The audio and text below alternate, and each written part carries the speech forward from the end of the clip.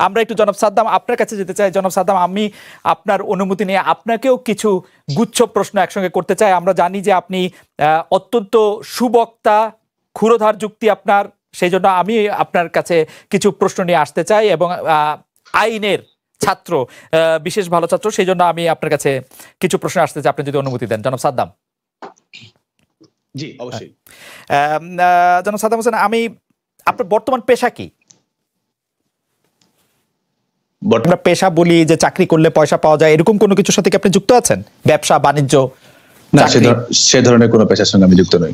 আপনি যে গাড়ি চড়েন তা কার টাকায় কেনা? দেখুন, আমরা যেটি করি সেটি হচ্ছে যে আমরা বাংলাদেশ ছাত্রলীগের সাংগঠনিক কর্মকাণ্ড পরিচালনা করার জন্য, আমাদের বৃহত্তর সংগঠন হওয়ার কারণে সাংগঠনিক গতিময়তা বৃদ্ধি করার জন্য আমরা কিন্তু বিভিন্ন সময় স্থায়ী কোনো গাড়ি আমরা ব্যবহার করি না। আমরা যখন জেলা সফরে যাই, বাইরে যাই, কখনো ট্রেনে যাই, কখনো প্লেনেও যাই, এটিও সত্য। আমরা একই সঙ্গে আমাদের সংশ্লিষ্ট ইউনিটের নেতৃবৃন্দ থাকে, শুভাকাঙ্ক্ষী থাকে, তাদের সবার সহযোগিতাতে আমরা অনেক সময় গাড়ি ব্যবহার করি। আমাদের নিজস্ব স্থায়ী কোনো গাড়ি নেই। আপনি কি গত কিছুদিন ধরে কালো রঙের 7 সিটের একটা টয়োটা স্কয়ার অনেক বেশি চড়ছেন? হ্যাঁ, সেটা আমি ব্যবহার করি। কারণ হচ্ছে যে আপনি জানেন, হ্যাঁ আমি সেটা বলছি, সেটা হচ্ছে আপনি জানেন যে আমি অন্য গাড়ি ব্যবহার করতাম, এর আগে বাইক ব্যবহার করতাম। আমি তৃতীয়বারের মতো আমাকে স্পাইনাল কর্ডের সার্জারি করতে হয়েছে এবং আমি দীর্ঘদিন চিকিৎসাধীন ছিলাম এবং চিকিৎসার কারণে আমার জন্য বাইক ব্যবহার করা সম্পূর্ণ নিষেধ। এবং স্পাইনাল কর্ডের সার্জারি আপনি জানেন যে অনেক ঝুঁকিপূর্ণ এই বয়সে, যে কারণে আমি আমার স্বাস্থ্যগত কারণে সেটি ব্যবহার করছি। না না জনাব সাদ্দাম, আমাকে ভুল বুঝুন, এতে কোনো অসুবিধা নাই। এই গাড়িটি কার? ঢাকা মেট্রো চ 16319। হ্যাঁ, এই গাড়িটা আমি ব্যবহার করি। এই গাড়িটি আমার আপু, তিনি ব্যাংকে চাকরি করেন এবং তার লোন দিয়ে এই গাড়িটি কেনা, তার তথ্য প্রমাণ আমার কাছে রয়েছে। গাড়িটি শফিকুল ইসলামের নামে রেজিস্টার, তাই? না না, প্রশ্নই আসে না। এই গাড়িটি রেজিস্টার করা আসমাউল হোসনা মনি, আমার আপু, তার নামে। আপনার আপুর তার নামে। আচ্ছা, আপনি যে আপনি ঢাকায় যে বাসায় থাকেন তা সেটি কি ভাড়া করা না কেনা? না, ভাড়া করা বাসা। ভাড়া করা বাসা। তো সেটিও বলি, সেটিও আপনাকে বলি। আমি হলেই থাকতাম। আমি আমার সার্জারির আগে আমি হলেই থেকেছি এবং এই সার্জারির পরে আপনি জানেন আমার জন্য সিঁড়ি বা ওঠা নিষেধ এবং আরো কিছু রেস্ট্রিকশন রয়েছে, যে কারণে আমি আমার সার্জারি ইন্ডিয়া থেকে চিকিৎসার পরে আমি আমার বাবা মা এখানে আগে থেকে থাকতো, এখানে বাবা মায়ের সঙ্গে থাকছি। ঠিক আছে, এই বাসাটির ভাড়া কে দিচ্ছে?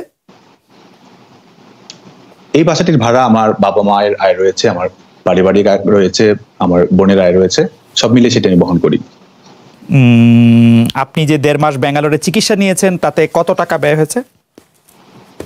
দেখুন, আমাদের চেন্নাইয়ে আমি চিকিৎসাধীন ছিলাম এবং চেন্নাই চিকিৎসার জন্য খুব বেশি ব্যয় কিন্তু হয় না আমাদের, এবং আমাদের বাংলাদেশের প্রাইভেট হসপিটালে যে ধরনের চিকিৎসা ব্যয় প্রয়োজন হয় সেখানে সেটি একই রকম, কাছাকাছি রকমেরই। চেন্নাইতে অ্যাপেলো হাসপাতালে আপনার স্পাইনাল কর্ড ইনজুরি আছে, সেটা খরচ $7,500 পর্যন্ত হতে পারে, বাংলাদেশের টাকায় 8 লাখ বা 9 লাখ টাকার মতো। সেটি হ্যাঁ, সে ধরনের হতে পারে। সে ধরনের। আর সব মিলিয়ে প্রায় 20 লাখ টাকার মতো খরচ হয়েছে। না, সব মিলিয়ে সেটি নয়, সব মিলিয়ে চিকিৎসার জন্য যেটি খরচ সেটি 10 লাখের নিচেই থাকে। সব মিলিয়ে 10 লাখের। সেটি আপনার পরিবার থেকে এটি আসলে ব্যয় সংকলন করা হয়েছে? হ্যাঁ, পরিবার থেকেও আমরা অনেক সময় বহন করি। আমি বলি, সেটি আমাদের দলীয় ভাবে অনেক সময় সহায়তা করা হয়। আমরা আমাদের দলীয় অভিভাবক রয়েছে, বাংলাদেশ আওয়ামী লীগের নেতৃবৃন্দ রয়েছে, তাদের কাছে অনেক সময় সহযোগিতা গ্রহণ করি।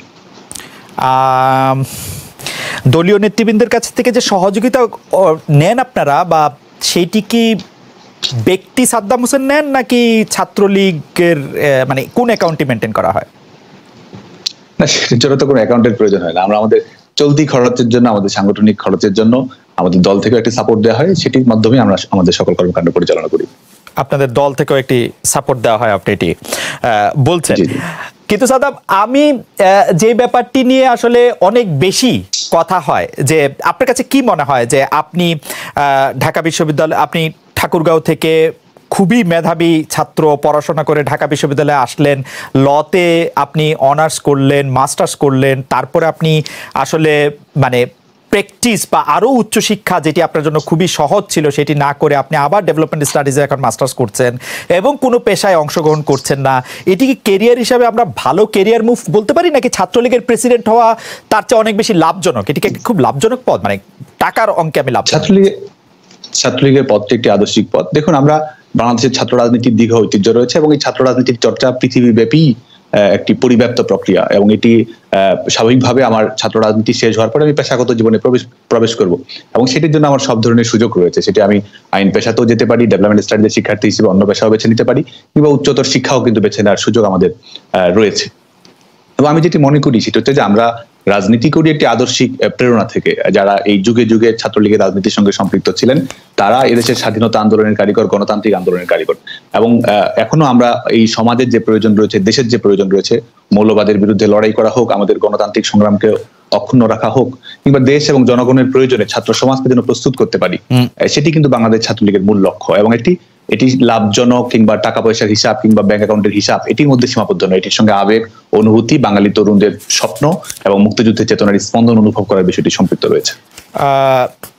আপনি যা বললেন তা তো অবশ্যই মানে খুবই আদর্শ কথা, কিন্তু আমি যদি আপনাকে আপনাদের গঠনতন্ত্র থেকে একটু পড়ে শোনাই, যে গঠনতন্ত্রের মধ্যে আপনাদের লক্ষ্য উদ্দেশ্য আছে হচ্ছে দীর্ঘ সময়ের শিক্ষার সংগ্রামকে এগিয়ে নিয়ে একটি সহজলভ্য, বৈজ্ঞানিক, গণমুখী, বৃত্তিমূলক, কারিগরি, মাতৃভাষা ভিত্তিক সার্বজনীন শিক্ষানীতি প্রতিষ্ঠা ও বাস্তবায়নের সংগ্রামকে ত্বরান্বিত করে আর্থসামাজিক উন্নয়নকে এগিয়ে নেওয়া, এটা হচ্ছে আপনাদের লক্ষ্য উদ্দেশ্য।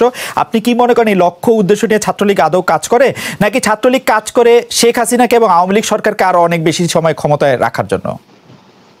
দেখুন, বাংলাদেশ ছাত্রলীগ শিক্ষা ব্যবস্থায় রূপান্তর করা, শিক্ষা ব্যবস্থার অগ্রগতি নিশ্চিত করা, আমাদের ছেলেমেয়েরা যেন দক্ষ গ্রাজুয়েট হয়, আমরা যেন বিশ্বের শিক্ষা মানচিত্রে বাংলাদেশের বিশ্ববিদ্যালয়গুলোর অবস্থান নিশ্চিত করতে পারি, সেটির জন্য আমরা কাজ করি। এবং আমরা যেটি বাংলাদেশ ছাত্রলীগের কর্মী হিসেবে শুধু নয়, একজন সচেতন তরুণ হিসেবে যেটি মনে করি, বাংলাদেশের তরুণদের ভাগ্য, বাংলাদেশের ছাত্র সমাজের ভাগ্য শেখ হাসিনার লড়াই, শেখ হাসিনার অগ্রযাত্রার সঙ্গে ওতপ্রোতভাবে সম্পৃক্ত আছে।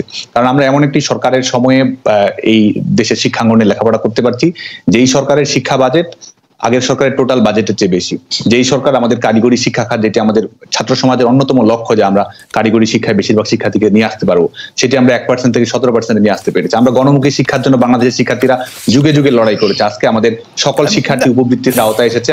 আমি শেষ করছি, বছরের প্রথম দিনে শিক্ষার্থীদের জন্য বই নিশ্চিত করতে পেরেছি। এবং এই শিক্ষাকে ব্যয় করা, এটিকে বিনিয়োগ হিসেবে দেখার যে রাষ্ট্রীয় প্রবণতা, আমরা মনে করি যে আজকের তরুণেরা যে প্রযুক্তিতে সমৃদ্ধ হচ্ছে, দক্ষ গ্রাজুয়েট হচ্ছে, কর্মসংস্থানে যেতে পারছে, শুধুমাত্র চাকরি করছে না, চাকরিতে যেতে পারছে, এবং সরকারি চাকরির মেধাভিত্তিক, দক্ষতা ভিত্তিক হওয়ার কারণে আমাদের যে আগ্রহ বেড়েছে, এটি শেখ হাসিনা সরকারের আইনের শাসন, দূরদর্শী এবং তারুণ্যদীপ্ত নেতৃত্বের কারণে। রাইট, সরকারি চাকরির কথা আপনি বললেন বলে বলছি, আমরা কিন্তু এটি দেখতে পাচ্ছি যে ছাত্রলীগ করার একটি উদ্দেশ্য হয়ে দাঁড়িয়েছে কিছু পর্যায়ে সরকারি চাকরিতে ভালো সুযোগ পাওয়া। অনেকে গর্ব করে বলছেন আমি ছাত্রলীগ করছি। আমরা জানি যে প্রয়াত মরহুম এসটি ইমাম কিন্তু বলেছেন যে ছাত্রলীগ যারা করেছে তাদের চাকরিতে তারা অগ্রাধিকার পাবে। আমরা কিন্তু মন্ত্রীদের স্পষ্ট হয়ে বলতে চাই, এটির কোনো প্রশ্নই আসে না, এটি কোনো প্রশ্ন আসে না। কারণ বাংলাদেশের সরকারি চাকরি, সেটি বাংলাদেশ পাবলিক সার্ভিস কমিশন, আপনি নিজেও খোঁজ খবর নিতে পারেন, ঢাকা বিশ্ববিদ্যালয়ে যে কোনো ছেলেকে জিজ্ঞেস করতে পারেন, অন্যান্য পাবলিক বিশ্ববিদ্যালয়ের ছেলেমেয়েকে জিজ্ঞেস করতে পারেন, শতভাগ এই শেখ হাসিনা সরকার শতভাগ দক্ষতা, যোগ্যতা, মেধার উপরে ভিত্তি করে আজকে সরকারি চাকরি নিশ্চিত করতে পেরেছে। এবং যে কারণে আজকে, এর আগে কিন্তু বিএনপি জামায়াতের সময় যখন ছিল, আমি শেষ করছি, সেটি যে ফিফা বিশ্বকাপের মতো 4 বছর পর পর বিসিএস এর জন্য অপেক্ষা করতে হতো।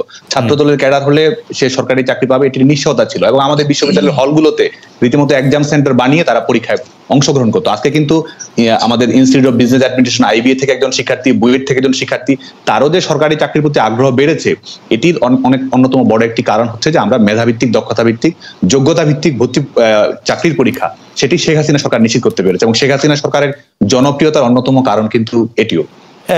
জনাব সাদ্দাম হোসেন, আপনি নিশ্চয়ই খেয়াল করেছেন, আপনি অনেক বেশি করে খেয়াল করেন যে পুলিশ কর্মকর্তা থেকে শুরু করে সচিব থেকে যে কোনো প্রশাসনের কর্মকর্তা, তারা প্রথম যে কথাটি বলেন সাংবাদিকদের মুখোমুখি হয়ে কোন একটা বিপদে পড়ে, দেখেন আমি ছাত্রলীগ করা মানুষ। আমি অন্ততপক্ষে এত দূরে থেকেও আমি অন্ততপক্ষে 10 জায়গায় 15 জায়গায় শুনেছি 30, 35, 40 বিসিএস এর যারা আসছেন তারা সবাই এই কথা বলেন যে দেখেন আমি ছাত্রলীগ করে আসছি। এটি হচ্ছে স্থানীয়দের সাথে কথা বলার সময় বলেন, এমনিও বলেন। এটির কারণটা কি আসলে? মানে বাংলাদেশে ছাত্রলীগ করা, আমরা মনে করি একটা লাইফস্টাইলকে বেছে নেওয়া, এবং ছাত্রলীগ করা অনেক বেশি গৌরবের। একটি ভূইফোর সংগঠনের সদস্য সচিব হওয়ার চেয়ে ছাত্রলীগের একজন কর্মী হওয়া অনেক গৌরবের, অনেক অহংকারের, এবং এই দেশের প্রতি যে তাড়না অনুভব করি, এটি আসলে সম্পূর্ণ একটি আদর্শিক বিষয়। এবং আমি ছাত্রলীগ করছি, দেখুন আজকে ছাত্রলীগের একজন কর্মী হিসেবে বলতে পারি, ছাত্রলীগ করা একজন কর্মী আজকে বাংলাদেশের প্রধানমন্ত্রী, ছাত্রলীগ করা একজন জেলা পর্যায়ের সভাপতি আজকে বাংলাদেশের রাষ্ট্রপতির দায়িত্বে রয়েছেন, ছাত্রলীগ করা কর্মী আজকে ক্যাবিনেট সেক্রেটারি হচ্ছে, ছাত্রলীগ করা কর্মী আজকে উদ্যোক্তা হচ্ছে। কিছুদিন আগে না, প্রশ্নই আসে না, আওয়ামী লীগ ক্ষমতায় এসে জনগণের ভোটের উপর ভিত্তি করে, তরুণদের ভোটের উপর ভিত্তি করে কিছুদিন আগে ফরওয়ার্ড 30 যে 30 জন উদ্যোক্তাকে বেছে নিতে, সেখানেও বুয়েটের ছাত্রলীগ কর্মী দীপ্ত সাহা রয়েছে। তো ছাত্রলীগ হচ্ছে আলোকিত মানুষ গড়ার প্রতিষ্ঠান, ছাত্রলীগ হচ্ছে এই তরুণ প্রজন্মের নির্ভরতার ঠিকানা। এবং এখনো এই ছাত্রলীগের রাজনৈতিক প্রক্রিয়ার কারণে শিক্ষার্থীরা যেমন শিক্ষার অধিকার নিশ্চিত করতে পারে, ঠিক তেমনি অসাধারণ মানুষ হওয়ার অনুপ্রেরণা পায়, অন্যায়ের বিরুদ্ধে লড়াই করার স্পৃহা পায়। এবং এই সস্তা রাজনীতি কিংবা পপুলিস্ট রাজনীতি নয়, আমরা যেন দিন বদলে রাজনীতি করতে পারি, সমাজ বদলে রাজনীতি করতে পারি, শহীদের রক্তের প্রতি আমাদের ঋণ পূরণ করতে পারি, ছাত্রলীগ আজকেও সেটি করে যাচ্ছে।